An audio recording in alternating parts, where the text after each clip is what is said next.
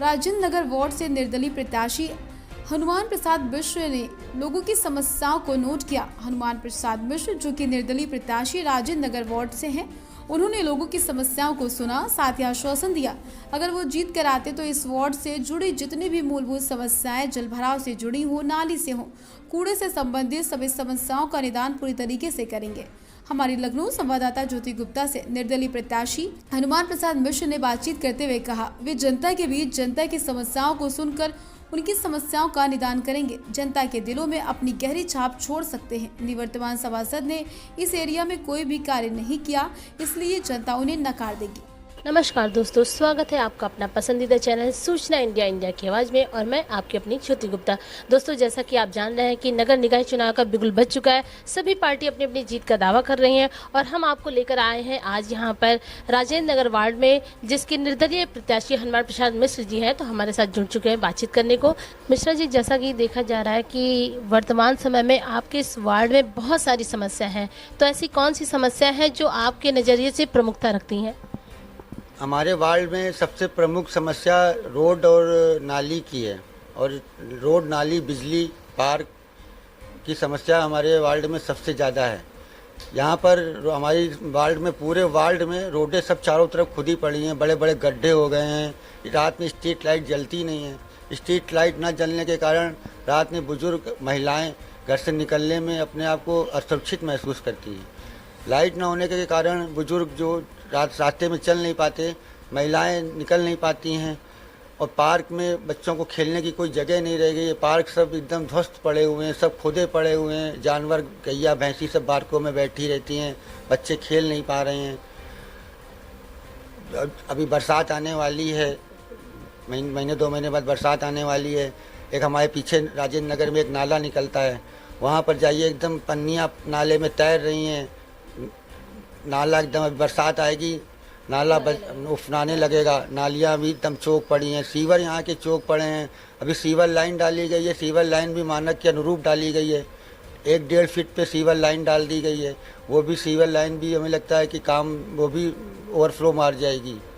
तो इस हमारे वार्ड में बहुत सी ऐसी समस्याएँ हैं जिनको जो है उसका निस्तारण करना बहुत ज़रूरी है, वरना हमारा राजेंद्र नगर बहुत ही बुरी हालत में हो जाएगा बरसात में। मतलब आपके कहने का मतलब है कि राजेंद्र नगर के जो पहले सभासद रह चुके हैं, उन्होंने ठीक तरह से काम नहीं किया, तभी इतनी सारी समस्याएं नजर आ रही। मैं भी अभी जब रास्ते से आ रही थी, मैंने देखा काफ़ी खड़ंजा था, नालियां जो है टूटी हुई पड़ी थी, कूड़े का ढेर लगा हुआ था। तो ये प्रत्यक्ष रूप से देखा जा सकता है कि जो वर्तमान समय में जो सभासद रह चुके हैं, उन्होंने कहीं भी ठीक तरह से जमीनी स्तर पर कोई काम नहीं किया। हनुमान प्रसाद राम मंदिर जन्मभूमि आंदोलन से जुड़े हुए हैं। इसके साथ ही उन्होंने कोरोना के समय में बहुत सारे लोगों से जुड़ी हुई मूलभूत आवश्यकताओं को पूरा किया, जैसे निःशुल्क दवाओं का वितरण करना या फिर मास्क, सैनिटाइजर का वितरण करना। राजनीति दल में आने का आपका अभिप्राय क्या है? प्रेरणा आपको कहाँ से मिली? राजनीति में आने की प्रेरणा मुझे अपने परिवार, राजनीति में मेरा मेन भाव सेवा भाव है। मैं क्षेत्र में की पब्लिक की अपनी सेवा करना चाहता हूं और सेवा करने के लिए पावर चाहिए। अभी तक तो मैं विगत 8 वर्षों से क्षेत्र की सेवा कर रहा हूं लोगों से।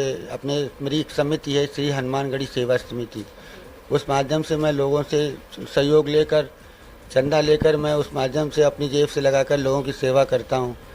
लेकिन मैंने देखा कि उससे और अगर मुझे पार्षद बन के थोड़ा सरकारी सहयोग भी मिलेगा तो मैं और अच्छी सेवा करूँगा। तो मैं हनुमानगढ़ी सेवा समिति के माध्यम से, मैं नाके पर मेरा एक श्री हनुमानगढ़ी मंदिर है, उस पर मेरा करीब 8 साल से निरंतर भंडारा चल रहा है। सर, मैंने जैसा सुना है कि कोरोना के समय में आपने निःशुल्क लोगों को वैक्सीन उपलब्ध कराए, मास्क उपलब्ध कराए, दवाइयाँ उपलब्ध कराई, भोजन पानी उपलब्ध कराए। क्या है उसके बारे में हमारे चैनल को बताइए। मैं उस कोरोना काल पीरियड में जब लोग घर से नहीं निकल रहे थे, तब मैंने देखा कि लोगों के पास घर में खाने को नहीं था, लोगों की नौकरियां छूट गईं। बहुत से परिवार ऐसे थे जिनके पास घरों में राशन नहीं था। लोग, फैमिली ऐसी थी कि जो जेंट्स होते हैं बाहर काम कर रहे हैं, वो बाहर फंस गए। घर की महिलाएं, बच्चे अपने घर में फंसे हुए हैं, उनके पास साधन नहीं था आने जाने का कहीं। जो बाहर फंसा था उसके पास पैसा भेजने का साधन नहीं उसके पास। तो जब मैंने बाहर देखा तो मुझे बहुत दुख हुआ तो मैंने फिर अपनी हनुमान सेवा समिति के माध्यम से लोगों से सहयोग लेकर मैंने खाना बनवाया, राशन खरीदा, और मैंने गरीब मेडिकल कॉलेज में और रात में पुलिस वाले जो ड्यूटी कर रहे थे वहाँ से फ़ोन मेरे पास आने चालू हुए। उन लोगों को चाय नहीं मिल रही थी, तो फिर मैंने पुलिस वालों को रात में चाय मुहैया कराई, गरीबों को खाना बनवा कर कच्चा राशन जैसे भी जो था मुझसे हो सकता था, बन सकता था, मैंने उनके लिए उपलब्ध कराया। अच्छा मिश्रा जी, अपने वार्ड में आपने क्या क्या काम करवाया है जनता के हित के लिए? जनता हित के लिए मैंने अभी जाड़ा बहुत पड़ रहा था, तो नगर निगम से लकड़ी आती थी, हमारे क्षेत्र में किसी को अलाव वितरित नहीं होता था।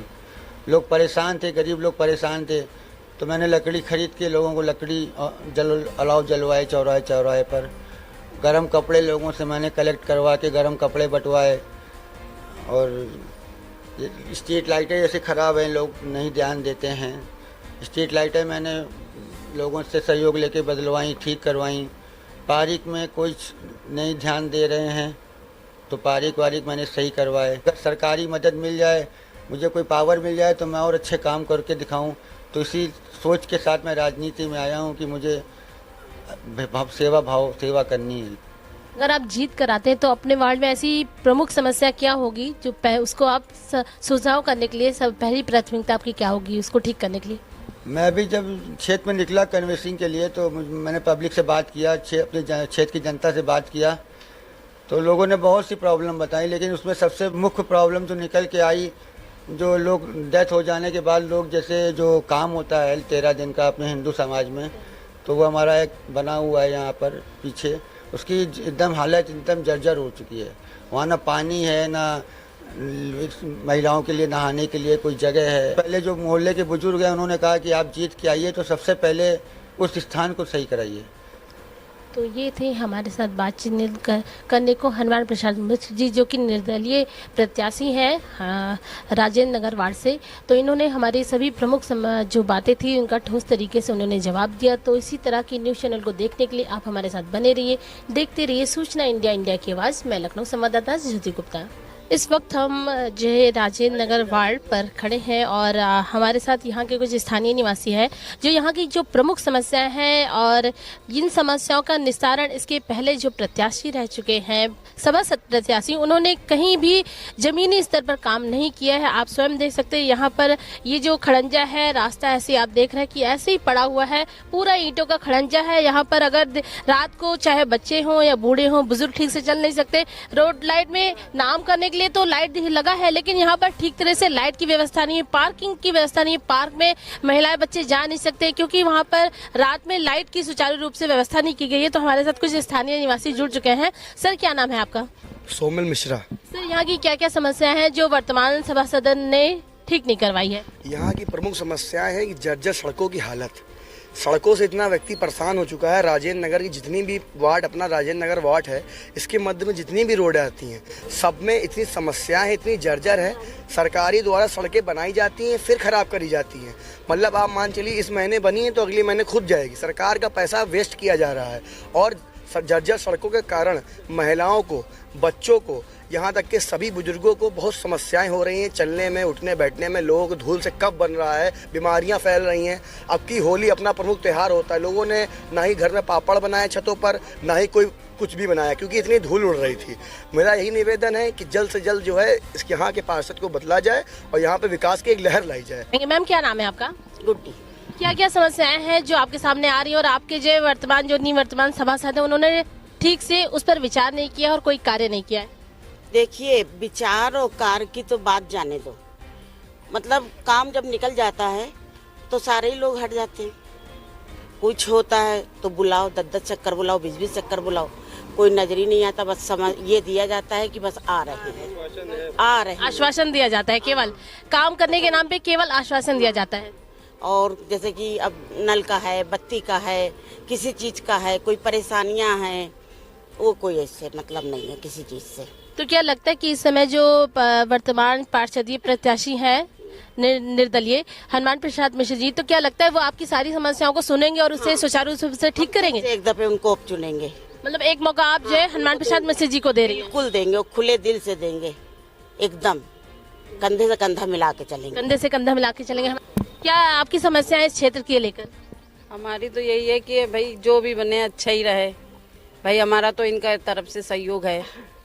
हनुमान प्रसाद जी को मतलब चाहती है कि इस बार वो प्रत्याशी हैं, निर्दलीय प्रत्याशी हैं, तो वो जीत कर आए और आप लोगों की समस्याओं का निपटारा करें। तो देखिए इसी तरह की समस्याएं जो यहाँ की महिलाएं भी जो है, बुजुर्ग भी महिलाएं जुड़ी हुई हैं, जो साफ तौर पे यहाँ देखा जा सकता है कि नालियां ठीक से नहीं बने हैं, खड़ंजे हैं और जो स्ट्रीट लाइन में तो है लेकिन यहाँ पर लाइटें ठीक से नहीं है, पार्क में लाइटें ठीक से नहीं है। यहाँ की सभी महिलाओं का एक स्वर में ये कहना है कि जो है थी जो वर्तमान महासभासद हैं उन्होंने इस समस्याओं को सिरे से खारिज कर दिया है। तो इस वजह से जो इस समय निर्दलीय प्रत्याशी हनुमान प्रसाद मिश्र जी, इन सभी महिलाओं का, पुरुषों का उनका पूरा समर्थन है। पूरे समर्थन के साथ वे इनका जो है साथ दे रही है। तो इसी तरह की सूचनाओं को देखने के लिए आप देखते रहिए सूचना इंडिया, इंडिया की आवाज। मैं लखनऊ संवाददाता ज्योति गुप्ता।